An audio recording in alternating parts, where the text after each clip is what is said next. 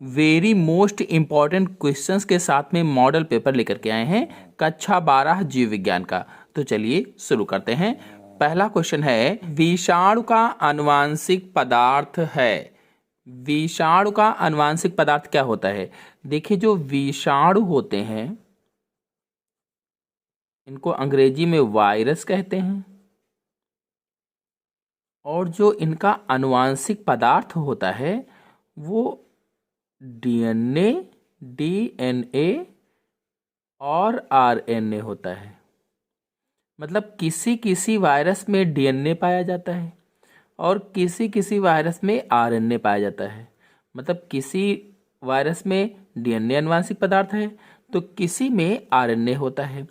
तो इसलिए इसमें ऑप्शन से होगा पहला वाला, डीएनए अथवा आरएनए। अथवा दोनों नहीं पाए जाएंगे। देखिए, इसमें लिखा केवल डीएनए तो केवल डीएनए नहीं पाया जाता है, केवल आरएनए तो केवल आरएनए भी नहीं पाया जाता है, डीएनए एवं आरएनए तो एवं का मतलब दोनों, तो दोनों नहीं पाए जाते हैं। अथवा डीएनए पाया जाएगा या फिर अथवा आरएनए पाया जाएगा। अगला क्वेश्चन है, कौन सा आनुवांशिक विकार 21वीं क्रोमोसोम की त्रिसूत्रता के कारण होता है? देखिए, 21वें गुणसूत्र में, गुणसूत्र जो होता है इसमें ट्राइसोमी के कारण डाउन सिंड्रोम हो जाता है। डाउन सिंड्रोम, तो इसमें ऑप्शन से होगा तीसरा, डाउन सिंड्रोम। देखिए, इन सभी सिंड्रोम्स पर जितने भी विकार इसमें लिखे हुए हैं सब पर अगर आप वीडियो देखना चाहते हैं तो हमारे चैनल में चित्र सहित अपलोडेड है। बहुत ही आसान भाषा में समझाया गया है, आप लोग जाकर के देख लीजिए। फिलहाल इसमें आंसर सही होगा तीसरा वाला। लिखित किस रोग की पुष्टि विडाल परीक्षण द्वारा होती है? टाइफाइड, मलेरिया, अतिसार, फाइलेरिया। ऐसा कौन सा इसमें से रोग है जिसकी पुष्टि विडाल परीक्षण के द्वारा होती है? तो जो टाइफाइड रोग है इसकी पुष्टि विडाल परीक्षण के द्वारा होती है। जब विडाल परीक्षण करवाया जाता है, विडाल जांच करवाई जाती है तो उसमें क्या होता है? टाइफाइड की जांच होती है वास्तव में। फिर अगला है, आनुवांशिक रूपांतरण के संबंध में कौन सा कथन सत्य है? आनुवांशिक रूपांतरण के संबंध में कहा गया है तो पहला है, आनुवांशिक रूपांतरण फसलों को सूखा व ठंड के प्रति अधिक सहिष्णु बनाया है। आनुवांशिक रूपांतरण रासायनिक पीड़कों पर निर्भरता को कम किया है। आनुवांशिक रूपांतरण खाद्य पदार्थों के पोषणिक स्तर में वृद्धि किया। तो ये सभी सही हैं, इसलिए ऑप्शन से होगा चौथा, उपर्युक्त सभी सही हैं। देखिए, अगला क्वेश्चन है, पुष्प में दल का क्या कार्य होता है? देखिए, जैसे यहाँ पर हम पुष्प एक बनाएं इस तरह से और इसके दलों को बना दें,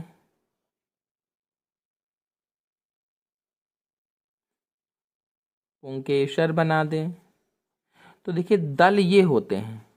ये दल है, ये भी दल है, ये भी दल है। अगर इन सब को मिलाया जाए तो ये दलपुंज कहलाते हैं, दलपुंज हो जाएंगे। 2 या 3 जब सबको देख लेंगे तो सब इकट्ठे क्या कहलाते हैं? दलपुंज कहलाते हैं। और एक को दल कहा जाता है या फिर दल को क्या कहते हैं? पेटल भी कहते हैं। सबको दलपुंज या कोरोला कहा जाता है। तो आपने देखा होगा पुष्प में जो दलपुंज होते हैं ये रंगीन होते हैं, रंगीन कलर्ड होते हैं। तो रंगीन होने के कारण कीटों को आकर्षित करते हैं, कीटों को आकर्षित करते हैं। ये जब कीट आकर्षित होंगे तो इनके पास पहुंचेंगे और परागण क्रिया संपन्न होगी या पॉलिनेशन जो होता है वो संपन्न होगा। तो पुष्प में दल का क्या कार्य होगा? कीटों को आकर्षित करने का कार्य होगा ताकि परागण क्रिया संपन्न हो। फिर अगला है, डाउन सिंड्रोम क्या है? इसे किसने खोजा था? देखिए, डाउन सिंड्रोम जो है, डाउन सिंड्रोम आटोसोमल विकार है। ये क्या है? आटोसोमल विकार होता है। और आपको बता दें कि ये 21वीं जोड़ी के गुणसूत्र में, अभी मैंने बताया भी था, गुणसूत्र में ट्राइसोमी यानी त्रिसूत्रता, ट्राइसोमी के कारण होता है। भाई, 21वीं जोड़ी का जो गुणसूत्र है उसमें 2 इस तरह से गुणसूत्र होते हैं। अब ट्राइसो में हो गए तो 3 हो गए।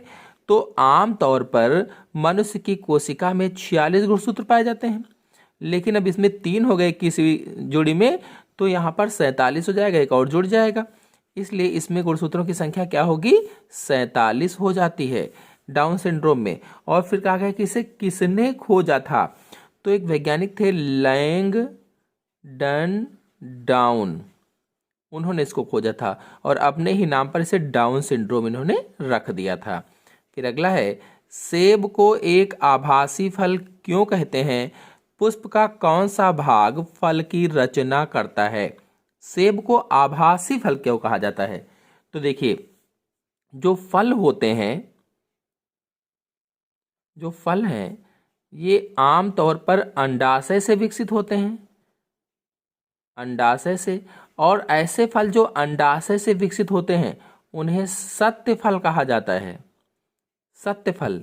और कुछ फल ऐसे होते हैं जो अंडाशय से विकसित नहीं होते, अंडाशय से विकसित नहीं होते, उन्हें असत्य फल कहते हैं, या उन्हें कूट फल भी कहा जाता है, कूट फल, या उन्हें ही आभासी फल कहा जाता है। यानी ऐसे फल जो पुष्प के अंडाशय से ना विकसित होकर के फूल के किसी अन्य भाग से विकसित होते हैं तो उसे ही आभासी फल कहा जाता है। अब पुष्प का कौन सा भाग फल की रचना करता है, तो सेब में कहा गया था, तो पुष्पासन हो जाएगा इसमें, पुष्पासन, पुष्पासन से थैलेमस जो होता है पुष्पासन कहलाता है और इसी से सेब बन जाता है। अब अगला क्वेश्चन है, यदि एक द्विरज्जुक डीएनए में 20% साइटोसिन है तो डीएनए में मिलने वाले एडेनिन के प्रतिशत की गणना कीजिए। आइए इसको समझा देते हैं। कहा गया था कि डीएनए में 20% साइटोसिन है तो डीएनए में मिलने वाले एडेनिन की गणना कीजिए। अब अगर इसमें 4 गैफ का नियम लगाएं तो 4 गैफ के नियमानुसार, 4 गैफ का नियम क्या था, एडेनिन बराबर थायमिन होता है, जो एडेनिन है ये थायमिन के बराबर होता है, और जो साइटोसिन है ये ग्वानिन के बराबर होता है। 4 गैफ ने बताया था एडेनिन थायमिन के बराबर होता है, साइटोसिन ग्वानिन के बराबर होता है। अब प्रश्न में क्या कहा गया था, अब प्रश्न में साइटोसिन की मात्रा 20% दी है, तो देखिए साइटोसिन क्या हो जाएगा, C बराबर 20% हो जाएगा। अब अगर C 20% है तो G कितना हो जाएगा, क्योंकि C बराबर G है तो साइटोसिन बराबर ग्वानिन है, तो साइटोसिन 20% है तो ग्वानिन कितना हो जाएगा, 20% हो जाएगा। अब देखिए ये 20 और ये 20 कितना हो जाएगा, 40% हो जाएगा। अब ये दोनों क्या हो गए हैं, 40% हो गए हैं। अब देखिए 4 गैफ के नियम के अनुसार, 4 गैफ के नियमानुसार क्या है, A प्लस G यानी adenine plus guanine is equal to thymine plus cytosine, यानी प्यूरिन की मात्रा पिरिमिडिन के बराबर होती है। प्यूरिन जो है वो पिरिमिडिन के बराबर होता है, 4 गैफ ने बताया था। ये है प्यूरिन, ये है पिरिमिडिन, तो प्यूरिन की मात्रा पिरिमिडिन के बराबर हो गई। अब A प्लस ये लिख देंगे, G का मान कितना है, 20 आया था, और बराबर T प्लस 20 हो जाएगा। ये देखिए A प्लस T बराबर 100 माइनस 40 हो जाएगा। भाई 40 इनका जोड़ आया था, अब पूरा होता है 100 तो 100 में से घटा देंगे, तो इस तरह से आ जाएगा A प्लस T बराबर 60। अब इसमें देखिए कहा गया था कि एडेनिन थायमिन के बराबर होता है, एडेनिन जो है थायमिन के बराबर है, तो इसको क्या कर देंगे, A बराबर 60/2 कर देंगे, 30 आ जाएगा। अब एडेनिन थायमिन के बराबर था तो A प्लस T बराबर 60 आया, तो A बराबर 60/2 कर देंगे, 30 आ जाएगा।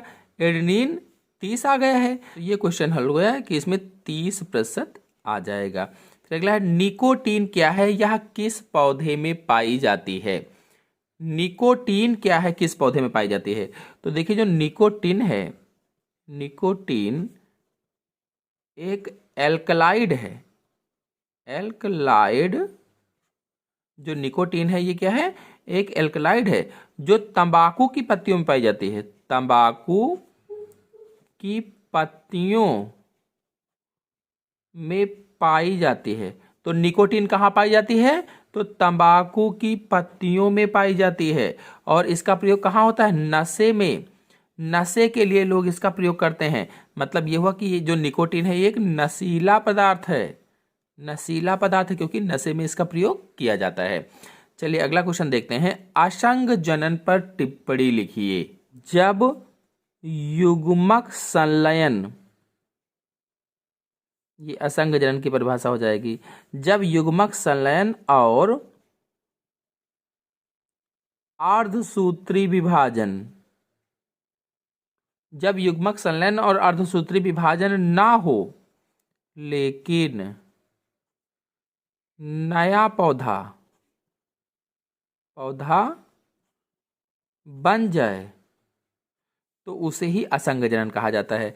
जब युग्मक संलयन ना हो मतलब निषेचन ना हो और अर्धसूत्री विभाजन भी ना हो लेकिन फिर भी नया पौधा बन जाए तो उसे ही असंग जनन कहा जाता है। यानी इसी क्रिया को क्या कहते हैं, असंग जनन कहते हैं। और इसकी खोज विंकलर ने की थी। विंकलर ने इसकी खोज की थी। किसकी, तो असंग जनन की खोज की थी। और ये असंग जनन दो प्रकार का था। दो प्रकार का असंग जनन होता है। कौन कौन सा प्रकार था, इसके दो प्रकार थे।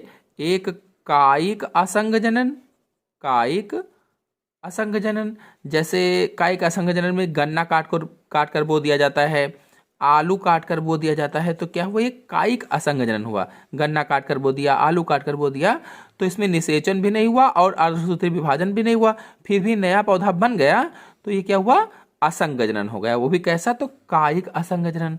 और दूसरा इसका प्रकार था कि अनिषेक बीजता। अनिषेक बीजता थी इसमें, लैंगिक जनन के बिना ही बीज बन जाए तो उसे अनिषेक बीजता कहा जाता है। जैसे नींबू में है और सेब में होता है, नींबू है, सेब है, नागफनी है, आदि इनमें होता है। चलिए अगले क्वेश्चन पर आते हैं। देखिए अगला क्वेश्चन है, सहभोज्यता अर्थात कमेंसलिज्म को परिभाषित कीजिए तथा एक उदाहरण भी लिखिए। देखिए सहभोज्यता क्या है कि इसमें दो सहयोगी परस्पर एक साथ रहते हैं। ये अब उसमें से एक को लाभ होता है, एक को लाभ हो जाता है और दूसरे की कोई हानि नहीं होती है। इसमें दो सहभोजी पास पास रहते हैं, साथ में रहते हैं, एक को लाभ होता है और दूसरे की कोई भी हानि नहीं होती है। कहने का मतलब यह है कि एक सहभोजी दूसरे सहभोजी से लाभ लेता है। जैसे ये दो सहभोजी हैं तो एक सहभोजी इससे लाभ ले लेता है लेकिन इसकी कोई हानि नहीं होती है। ये इससे लाभ ले लिया है लेकिन इसकी कोई हानि नहीं होती है, तो इसे ही क्या कहा जाता है, सहभोज्यता कहा जाता है। जैसे आर्किड होती हैं, आर्किड व कंठलताएं, जैसे आर्किड व कंठलता, ऐसे ही काउन मछली और सी एनिमोन जो साथ साथ रहते हैं वो भी आप बता सकते हैं। फिर अगला है वहित मल से आप क्या समझते हैं। फिर अगला है वाहित मल से आप क्या समझते हैं। वाहित मल हमारे लिए किस प्रकार हानिप्रद है। देखिए नगरों का जो जल होता है उस जल में अपशिष्ट पदार्थ मिल जाते हैं। अपशिष्ट पदार्थों में कौन कौन से, जैसे कूड़ा करकट, मलमूत्र व अन्य ठोस। जब नगरों के जल में अपशिष्ट पदार्थ मिल जाते हैं, जैसे कूड़ा करकट है, मलमूत्र है, अन्य ठोस पदार्थ हैं, जब ये सब मिल जाते हैं तो उसे ही वाहित मल कहा जाता है। वाहित मल उसे ही कहते हैं। और वाहित मल हमारे लिए किस प्रकार से हानिप्रद है, तो देखिए जब ये जलीय स्रोतों में मिलता है, जब ये वाहित मल जाकर के जलीय स्रोतों में मिल जाता है, जैसे फॉर एग्जाम्पल एक तालाब में जाकर के मिल गया वाहित मल, तो तालाब में जब कोई जानवर पानी पिएगा तो चूंकि पानी प्रदूषित हो गया है, वो पिएगा तो बीमार हो जाएगा। और उस तालाब में भी अगर जो कोई मछलियां वगैरह रह रही हैं, कुछ जीव रह रहे हैं, तो उसमें भी वाहित मल जब अधिक मिल जाता है तो ऑक्सीजन की कमी हो जाती है, जिससे मछलियां भी मरने लगती हैं। फिर अगला क्वेश्चन है, वाटसन एवं क्रिक द्वारा प्रस्तुत किए गए डीएनए के द्विकुंडली मॉडल का नामांकित चित्र बनाइए। तो डीएनए का नामांकित चित्र बनाना है। आइए आपको बता देते हैं। देखिए डीएनए का द्विकुंडली मॉडल बनाने के लिए बहुत ही आसान तरीका है, हम जल्दी से आपको बता देते हैं। यहाँ ए हमेशा थायमिन से जुड़ेगा, वो भी डबल बॉन्ड से जुड़ेगा। फिर सी या जी हमेशा ट्रिपल बॉन्ड से सी से जुड़ेगा, यानी ग्वानिन साइटोसिन से। थायमीन किससे जुड़ेगा? एडेनिन से। तो ऐसे ही बनाते जाएंगे सभी में, और इसके बाद इनके नाम लिख देंगे। नाम लिखने में आप इसका 20 एंगस्ट्रॉम लिख सकते हैं, और इसके एक के बीच की दूरी 3.4 एंगस्ट्रॉम होती है। ऐसे ही जो ज़्यादा गहरी खांच होती है उसे गहरी खांच या मेजर ग्रुप्स कहा जाता है, जो कम गहरी खांच होती है उसे माइनर ग्रुप्स कहा जाता है। तो ये सारे नाम लिख करके चित्र बढ़िया से बना देंगे। अगर आप लोग चित्र बनाना सीखना चाहते हैं तो हमारे चैनल में अपलोडेड है, आप लोग जाकर के वहाँ से देख लीजिए। अगले क्वेश्चन पर आते हैं। अगला क्वेश्चन है लीडिंग कोशिकाओं के कार्य लिखिए। अब ये लीडिंग कोशिकाएं क्या हैं? तो ये अंतराली कोशिकाएं होती हैं, अंतराली कोशिकाएं हैं।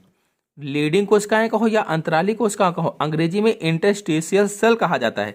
कहाँ पाई जाती हैं? पुरुष के वृषण में पाई जाती हैं अंतराली कोशिकाएं या लीडिंग कोशिकाएं। और ये क्या कार्य करती हैं? तो नर हार्मोन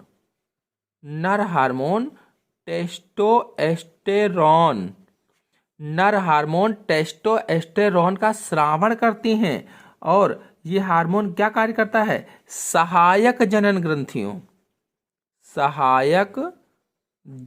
ग्रंथियों व द्वितीयक गौड़ लैंगिक लक्षणों के विकास में सहायक है। द्वितीयक गौड़ लैंगिक लक्षण जैसे दाढ़ी मूंछ का आना, कंधे चौड़े होना आदि, तो इसके कार्य हो गए हैं। चलिए अगले क्वेश्चन पर आते हैं। देखिए अगला क्वेश्चन है 4 का बंध दंपतियों को संतान पाने हेतु सहायता देने वाली विधियों का वर्णन कीजिए। बंध दंपतियों को सहायता प्राप्त करने वाली विधियों का वर्णन करना है। आइए इसको देख लेते हैं। देखिए बंध दंपतियों को संतान पाने हेतु सहायता देने वाली विधियां परख नली शिशु है, ये एक विधि हो गई है। ऐसे ही VIF है, और गिफ्ट है, AIT है, ISCSI है, IVF है आदि बहुत सारी विधियां जो हैं ये बंध दंपतियों को संतान पाने हेतु तो सहायता देने वाली विधियां कहलाती हैं।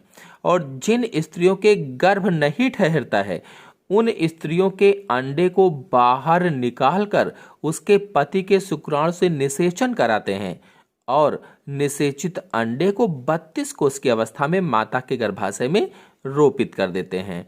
गर्भावधि पूरा होने के बाद माता सामान्य रूप से शिशु को जन्म देती है, इसे IVF कहा जाता है। और इस तरह से जो बंध दंपति होते हैं उनको संतान प्राप्त हो जाती है। अब ऐसे ही और भी बहुत सारी विधियां हैं, गिफ्ट है, तो ऐसे बहुत सारी विधियां आप कर सकते हैं। हमारे चैनल में वीडियो अपलोडेड है, आप लोग जाकर के वहां से इसको देख सकते हैं और अच्छे से समझ सकते हैं। देखिए अगला क्वेश्चन है असंग जनन क्या है, इसका क्या महत्व? ये उधर अभी क्वेश्चन आ गया था, दोबारा छप गया है तो इसको हटा देते हैं। फिर अगला है सक्रिय और निष्क्रिय प्रतिरक्षा में क्या अंतर है, लिखिए। देखिए जैसे सक्रिय प्रतिरक्षा इधर लिखा, सक्रिय प्रतिरक्षा लाइन खींच दिया, इधर लिख लिया निष्क्रिय प्रतिरक्षा। अब अगर इन पे अंतर देखा जाए तो जो सक्रिय प्रतिरक्षा है इसमें शरीर की अपनी कोशिकाएं, जो अपने शरीर की कोशिकाएं होती हैं, ये कोशिकाएं संक्रमण के प्रति एंटीबॉडीज बनाती हैं। जो सक्रिय प्रतिरक्षा है इसमें शरीर की अपनी कोशिकाएं संक्रमण के प्रति एंटीबॉडीज बनाती हैं, जबकि इसमें क्या होता है, जबकि निष्क्रिय प्रतिरक्षा में अन्य जीवों के शरीर से विकसित एंटीबॉडीज को प्रविष्ट किया जाता है। अन्य जीवों के शरीर से विकसित किए गए एंटीबॉडीज को प्रविष्ट किया जाता है। और इसमें शरीर की अपनी कोशिकाएं होती हैं। तो इसमें जो शरीर की अपनी कोशिकाएं हैं, दूसरा पॉइंट आप लिख सकते हैं कि इसमें समय लगता है। लेकिन इसमें क्या है, दूसरे जीवों के शरीर से प्रविष्ट करना है, इंजेक्शन के माध्यम से लगाना है, तो इसमें तुरंत लाभ होता है, तुरंत लाभ हो जाएगा।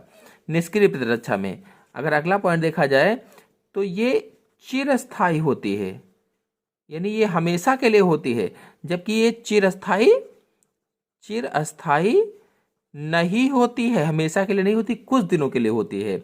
और ये अगला पॉइंट आप ले सकते हैं कि जो सक्रिय प्रतिरक्षा है ये हमेशा लाभदायक ही होती है, जबकि जो निष्क्रिय प्रतिरक्षा है कभी कभी हानिकारक भी हो सकती है। चलिए अगले क्वेश्चन पर आते हैं। अगला क्वेश्चन है, आनुवांशिक कोड क्या है या किस प्रकार कार्य करता है? आनुवांशिक कोड कहो या आनुवांशिक कूट कहो, तो देखिए आनुवंशिक कूट नाइट्रोजन क्षारकों का वह अनुक्रम है जिसमें प्रोटीन अणु के संश्लेषण माने बनाना, संश्लेषण की सूचना होती है।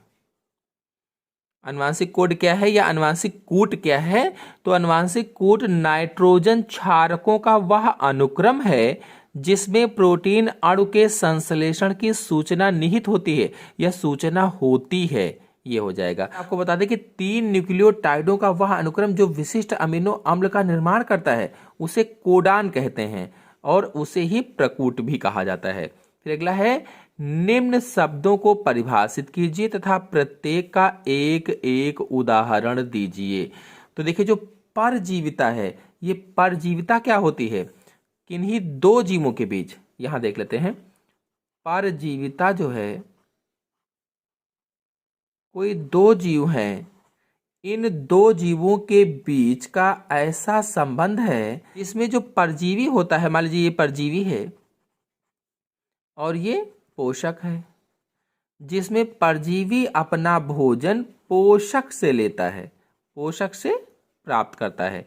जो परजीवी है वो अपना भोजन पोषक से प्राप्त करता है। इस संबंध में परजीवी को तो लाभ होता है लेकिन पोषक की हानि होती है। अब जैसे फॉर एग्जाम्पल मान लेते हैं कि एस्केरिस है, मनुष्य की आंतों में गया तो पोषक क्या हुआ? मनुष्य हो गया। और जो एस्केरिस है वो परजीवी हो गया। ये आंतों में गया और इसने आंतों से चिपक कर जो पोषक पदार्थ है वो लेना शुरू कर दिया, तो इसको तो लाभ हो रहा है, लेकिन जो पोषक था, जो मनुष्य था, उसकी हानि हो रही है। तो ये परजीविता होती है। इसमें आप पौधे का भी एग्जाम्पल बता सकते हैं, जैसे तने पर पूर्ण परजीवी अमरवेल होता है, मूल पर पूर्ण परजीवी जो रेफ्लिसिया होता है। तो ये परजीविता के उदाहरण हो जाएंगे। फिर जो है सहोपकारिता क्या है कहा गया है, तो इसमें दो जो सहभागी होते हैं दोनों समान रूप से, जितना लाभ इसको उतने लाभ इसको, दोनों समान रूप से लाभान्वित होते हैं, चाहे वो जीवित रहने के लिए हो, चाहे वो भोजन के लिए हो, चाहे वो कॉलोनी बनाने के लिए हो। दोनों एक दूसरे की हेल्प करते हैं, दोनों एक दूसरे की सहायता करते हैं। अब इसमें उदाहरण अगर बताया जाए तो जैसे लाइकेन व साइकस की प्रवालाभीय जड़ें, ये सहोपकारिता हो जाएगा। फिर अगला है बाह्य ओस्मी व अंतर ओस्मी में अंतर स्पष्ट कीजिए। देखिए वैसे कोर्स पे है नहीं, फिर भी बाह्य ओस्मी क्या होते हैं? ये शीत रुधिर वाले प्राणी होते हैं। जो बाह्य ओस्मी है ये शीत रुधिर वाले प्राणी हैं, और जो अंतर ओस्मी है ये गर्म रुधिर वाले प्राणी हैं। वो ठंडे रुधिर वाले प्राणी और ये गर्म रुधिर वाले प्राणी होते हैं। अब जो ठंडे रुधिर वाले प्राणी हैं इन्हें असमतापी भी कहा जाता है। असमतापी, जिनके शरीर का तापमान वातावरण के तापमान के साथ बदल जाए, वो असमतापी कहलाते हैं या बाह्य ओस्मी कहलाते हैं। जिनके शरीर का तापमान वातावरण के तापमान के साथ बदल जाता है उन्हें असमतापी कहा जाता है, और जिनके शरीर का तापमान वातावरण के ताप के अनुसार ना बदले उन्हें समतापी कहा जाता है। तो अंतर उसमें जो होते हैं ये समतापी जंतु होते हैं, जैसे मनुष्य है, वातावरण के अनुसार शरीर का ताप नहीं बदलता है। 37 डिग्री अगर है तो 37 डिग्री ही रहेगा, आप चाहे जहां चले जाइए। शरीर के अंदर का तापमान तो शरीर का तापमान हुआ, और जो असमतापी हैं इनका तापमान चेंज हो जाता है। जैसे इसमें आप मछलियां मान सकते हैं, उभयचर मान सकते हैं, तो ये हो जाएगा। फिर अगला है अपरा की परिभाषा दीजिए। अपरा किसे कहते हैं? देखिए फॉर एग्जाम्पल ये गर्भाशय मान लेते हैं, ये गर्भाशय की दीवार है, और भ्रूण जो आया तो भ्रूण की जो विलाई होती हैं, गर्भाशय और भ्रूण की जो विलाई हैं ये आपस में मिल जाते हैं। जैसे ये है तो ये गर्भाशय और भ्रूण की विलाई आपस में मिल जाती हैं। तो जो मिल जाती हैं तो इसे ही क्या कहा जाता है? इसी जोड़ को, इसी संबंध को क्या कहा जाता है? अपरा कहा जाता है। कहने का मतलब ये है कि गर्भाशय और भ्रूण के अंकुर आपस में जुड़कर गर्भाशय की दीवार से एक जोड़ बनाते हैं, या गर्भाशय की दीवार से जोड़ देते हैं भ्रूण को। इसी जोड़ को अपरा या प्लेसेंटा कहा जाता है, या आंवल भी कहा जाता है। और फिर इसके प्रमुख कार्य कहे गए हैं। तो ये पोषण देती है, शिशु को पोषण देती है, जो भ्रूण है उसे पोषण देती है, श्वसन करवाती है, उत्सर्जन करवाती है, प्रतिरक्षा भी प्रदान करती है, और भी बहुत सारे इसके कार्य होते हैं। अधिक जानकारी के लिए हमने डिस्क्रिप्शन में लिंक दे दिया, आप लोग वहां से जाकर के देख सकते हैं। फिर अगला है जीन चिकित्सा क्या है? मानव में एडिनोसिन डीएमिनेज की कमी से उदाहरण देते हुए जीन चिकित्सा पद्धति का वर्णन कीजिए। देखिए जीन चिकित्सा क्या होती है?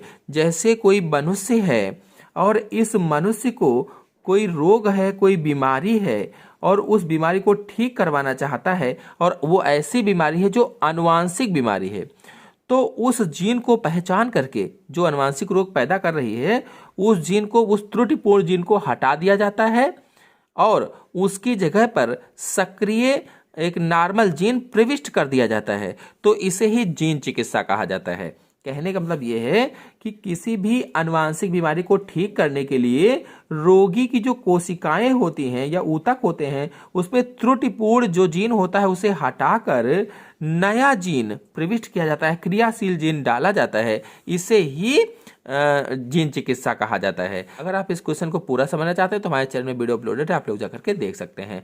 फिर अगला है वर्णांधता क्या है? वर्णांधता, तो वर्णांधता क्या होती है कि इसमें व्यक्ति लाल और हरे रंग का भेद नहीं कर पाता है। जो वर्णांध व्यक्ति होता है वो लाल और हरे रंग का भेद नहीं कर पाता है। फिर कहा गया है यदि एक वर्णांध पुरुष, आइए इसको देख लेते हैं। देखिए वर्णांध पुरुष है तो पुरुष का XY होता है, और वर्णांध है तो कलर ब्लाइंडनेस का C यहाँ लग जाएगा। वर्णांध पुरुष का विवाह एक सामान्य स्त्री से होता है। स्त्री सामान्य है, ये है स्त्री और ये है पुरुष। अब इसका क्रॉस करवाएंगे तो देखिए यहां से क्रॉस हुआ, फिर इसी का इससे क्रॉस होगा, और फिर इसका इससे। तो देखिए यदि एक वर्णांध पुरुष का विवाह एक सामान्य स्त्री से होता है तो इस दंपत्ति के पुत्रों में प्रासामान्य दृष्टि का क्या अनुपात होगा? देखिए जो इसकी पुत्रियां हैं ये सभी वर्णांधता की वाहक होंगी। जो पुत्रियां हैं वाहक हैं, दोनों पुत्रियां क्या हैं? वर्णांधता की वाहक हो गई हैं, जबकि जो पुत्र हैं ये सामान्य होंगे। चलिए अगले क्वेश्चन पर आते हैं। देखिए अगला क्वेश्चन है पॉलीमरेज श्रृंखला अवक्रिया यानी PCR का उपयोग करते हुए किस प्रकार लाभकारी जीन का प्रवर्धन किया जाता है? तो ये फुल वीडियो हमारे चैनल में अपलोडेड है, आप लोग जाकर के देख सकते हैं। और PCR जो है इस पर भी अपलोडेड है अलग से टिप्पणी, पॉलीमरेज चेन रिएक्शन, तो इसको भी देख लीजिए। फिर अगला है जैव विविधता क्या है? तो जीवों में पाई जाने वाली विभिन्नता ही जैव विविधता कहलाती है। जीवों में पाई जाने वाली विभिन्नता ही जैव विविधता कहलाती है। वन्य जीवों से यह किस प्रकार भिन्न है? पारतंत्र में। तो पूरी जानकारी आप हमारे चैनल से वीडियो को देख सकते हैं। फिर अगला है पौधों में शाकाहारी जंतुओं से बचने के लिए होने वाले अनुकूलनों पर प्रकाश डालिए। तो अनुकूलन वाला चैप्टर अभी हटा हुआ है, इसको हटा देते हैं। मानव में मादा जनन तंत्र का स्वच्छ एवं नामांकित चित्र बनाइए। तो मैंने चित्र को बनाना बहुत ही आसान तरीके से बताया हुआ है। अगला है जैव विविधता क्षति के कारण। जैव विविधता क्षति के कारण तो हमारे चैनल में अपलोडेड है, आप लोग जाकर के देख सकते हैं। फिर पारिस्थितिक तंत्र क्या है? देखिए, किसी भी प्रदेश के जीवी समुदाय और आजीवी समुदाय, जो जीवीय समुदाय होता है और आजीवीय जो वातावरण होता है, उसके बीच पारस्परिक संबंध को पारिस्थितिक तंत्र कहा जाता है। जीवीय समुदाय और प्लस आजीवीय वातावरण का जो संबंध है उसे ही पारिस्थितिक तंत्र कहा जाता है। और किसी पारिस्थितिक तंत्र के जैविक घटकों का वर्णन कीजिए कहा गया है। तो जैविक घटक कौन कौन से होंगे? उत्पादक, जो पेड़ पौधे होते हैं उत्पादक होंगे। उपभोक्ता, जो उनका उपभोग करते हैं। उपभोक्ता में प्राथमिक उपभोक्ता जैसे चूहा है, खरगोश है, हिरन है। द्वितीयक उपभोक्ता हो जाएंगे जैसे सांप है, लोमड़ी है। तृतीयक उपभोक्ता हो जाएंगे जैसे शेर है, गिद्ध है। और फिर अपघटक हो जाएंगे। तो ये सब जैविक घटक हो जाएंगे। फिर अगला क्वेश्चन है, निम्नलिखित में से किन्हीं दो पर संक्षिप्त टिप्पणी लिखिए। स्वतंत्र अभिवन का नियम बहुत ही सरल भाषा में मैंने समझाया, आप लोग जाकर के देख सकते हैं। अगला है डीएनए का अर्ध संरक्षित प्रतिकृतियन यानी डीएनए द्विगुणन यानी रेप्लिकेशन है। बहुत ही सरल भाषा में मैंने समझाया है, आप लोग जाकर के चैनल पर देख सकते हैं। स्थानांतरण ये भी समझाया है। फिर अगला है बायोगैस संयंत्र की संरचना का सचित्र वर्णन कीजिए।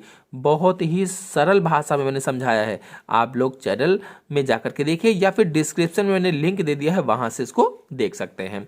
फिर अगला है किन्हीं दो पर संक्षिप्त टिप्पणी लिखिए। जैविक खाद, जो जीवों से प्राप्त खाद होती है उसे ही जैविक खाद कहा जाता है। और जो हाथी पांव है तो ये हाथी पांव रोग है, फाइलेरियोसिस रोग पर टिप्पणी लिखना है। वैक्सीन तथा उनसे होने वाले लाभ, इस पर टिप्पणी लिखना है। इन सब पर वीडियो हमारे चैनल में अपलोडेड है, डिस्क्रिप्शन में मैंने लिंक दे दिया है, आप लोग जाकर के वहां से देख लीजिए। और यदि वीडियो पसंद आया हो तो वीडियो को लाइक और शेयर कीजिए। चैनल पर नए हैं तो चैनल को भी सब्सक्राइब कर लीजिए। धन्यवाद।